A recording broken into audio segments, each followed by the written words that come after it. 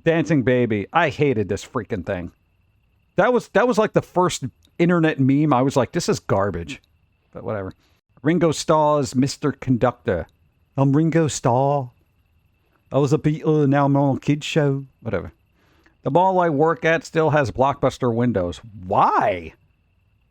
Could they not fill that up with something? Just put anything in there. Clothes store. A Hallmark. Folded paper that's $8 a piece. Sincerely yours, The Breakfast Club, 1985. This movie, right? I feel, and I hate reboots, but if they made something like this for a current generation, this generation, here's the thing, if you're like a Gen Xer or a little bit earlier or a little bit later, you had a John Hughes as a director, okay? Where they had the Pretty in Pinks, the, Home Alones, Uncle Buck, Breakfast Club and stuff like that. And they connected with that generation's younger people. This generation doesn't have a John Hughes. They got crap. They got a bunch of TikTokers and YouTubers yelling at them constantly, doing stupid shit. They need a John Hughes. They need a John Hughes, Because I feel like if you took the care to rewrite the Breakfast Club with modern characters, I feel like it would connect to a lot of people if done right. Not some campy homage, not some stupid try-hard reboot, none of that, okay? An actual, true-to-form, emotionally gripping, which there was parts in here, when each student was learning about the other student in detention. It was very interesting. There was a lot of character development there. And I feel like that would actually work now for people who have never had an opportunity to have something that grounds them, as far as cinema goes. But again, they don't have the attention span to be grounded. So basically, I feel like the personality of certain people is like shattered glass. You know what I'm saying? Where it's like they're just bits and pieces floating around and there's nothing gluing them together, And if you're older, you had weird media like this that kind of gelled that fractured kind of living and made it at least a story that you could use as a, blueprint or a thumbnail to kind of just be like, oh yeah, whatever, that kind of thing. It made sense of things in a way, You could be the outcast, because, you knew other people were like, oh, outcast, but now you're an outcast now. You're just a freaking outcast. But there you go. Rocket launching. There you go. Original Strawberry Shortcake villains. They had villains? There were villains in Strawberry Shortcake? Well, the sugar-free friends? I mean, how do you make villains for Strawberry Shortcake? I didn't even think there were villains. The Broccoli Boys? I mean, whatever. Pewter figures with crystal balls. Yeah, I remember people selling those a lot. It's kind of weird. The Purple Pie Man was a villain. The Purple Pie Man was a villain. I didn't even know they had the Purple Pie Man. Beware the Purple Pie Man. Dude, what? Dude, that sounds like a drug dealer from the hippie era, Yo, you seen Purple Pie Man? Oh, no, he's over there. All right, thanks, bro. It's like, what?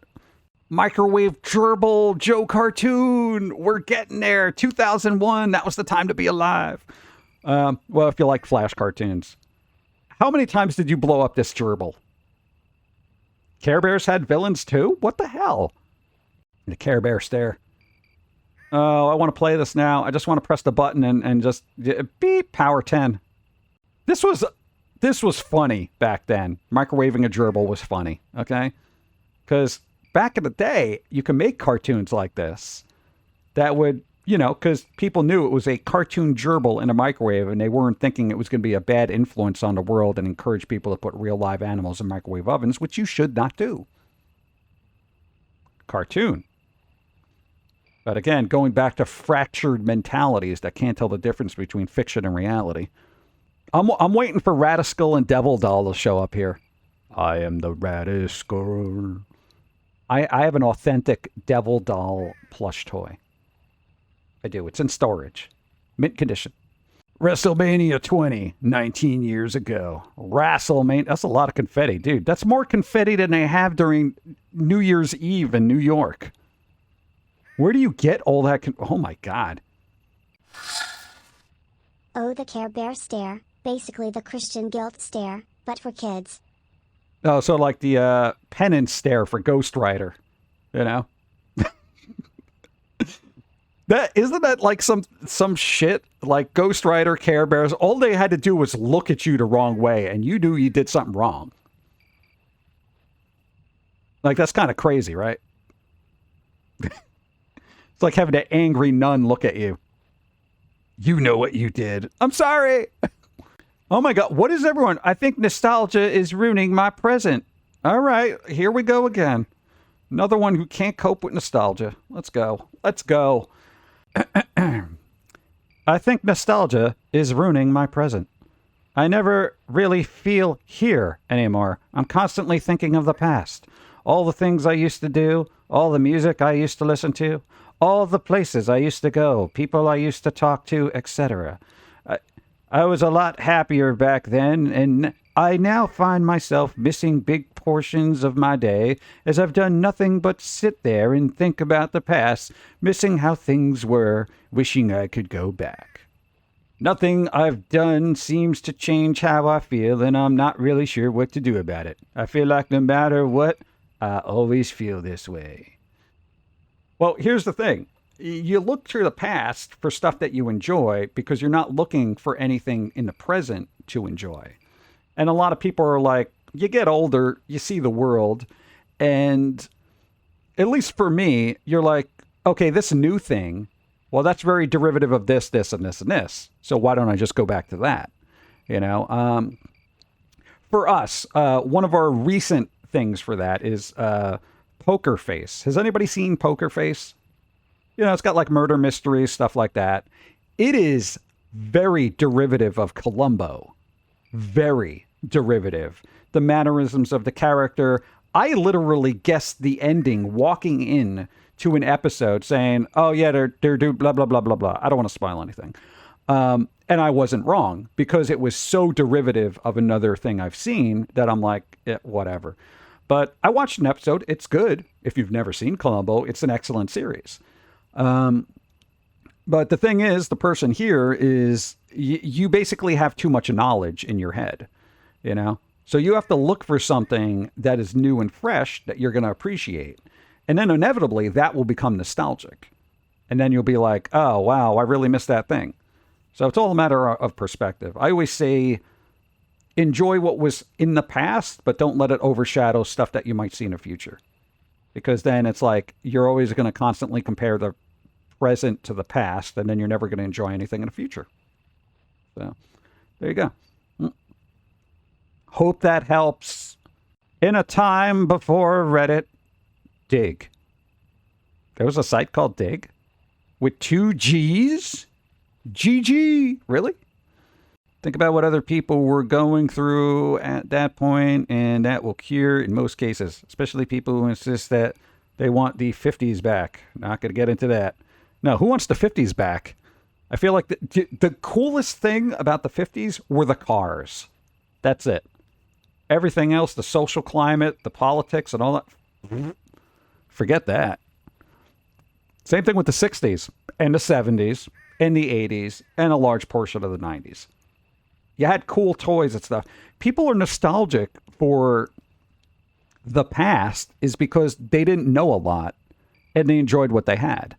It always comes down to the ignorance is bliss. You loved what was happening back then because you weren't aware of what was happening. You had your one little thing and you loved it. That was it. You know? Dude, if you grew up in the 80s, you have fond recollections of the 80s. Because you're not worried about the, Russia bombing us with nuclear weapons and stuff like that. You don't remember that. Like now, kids are probably really enjoying their stuff because when they get older, they're not going to remember all this political atmosphere, upheaval, social issues, blah, blah, blah, blah, blah. That kind of stuff. So, I don't know. Ignorance is bliss. And it's kind of like a lot of people, when you live and you get smarter and more aware of stuff, it's that you can't unsee it kind of thing. So you just look back on stuff. Well, why is everything so great back then?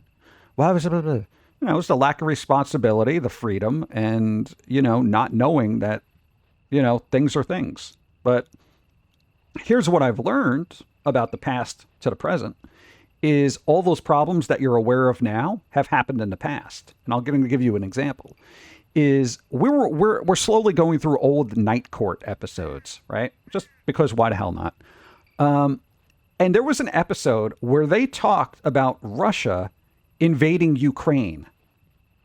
This is a 40-year-old show. And it was an issue, a big enough issue back then that they put it in a sitcom.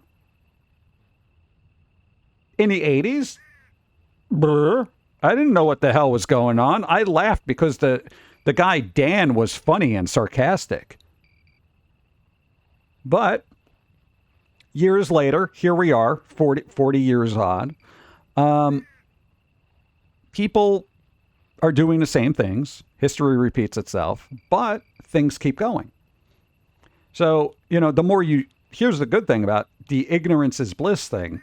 The other side of that, the more you know about history, the more you know it's going to repeat itself. And eventually things will level off and things will get better. There might be shakeups along the way. You adapt. That's it. That's the thing. That's the comfort I try to have in a constantly changing thing. It's always constantly changing. But inevitably it comes back to what it was. It's just in a slightly different form. So just know things have already happened and in much worse. I was born in 93 and I get weird looks for listening to music from the 60s and 70s. Music was better, There's nothing like... Dude, I still listen to classical music from time to time. It's like... And it's weird, like... Why give somebody weird looks? Why are you listening to old music? Because music is timeless. And you enjoy it how you enjoy it. How can you listen to this thing from the 80s? Meanwhile, they're listening to a band that basically is miming everything from the 80s.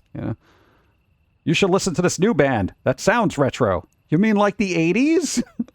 Well, yeah, but they're not from the 80s. Oh, God. I can't talk to you. Dealing with scheduled TV. Oh, God. How do I choose between Roseanne, Sesame Street, and Step by Step? Oh, God. This guy, Tom from MySpace. Yes, my only friend. Does anybody know what brand? What the hell is that? What brand? That looks like Monster High. But then it also looks like Bratz. And it also looks like a knockoff. I'm going to say a knockoff Bratz Monster High wallet.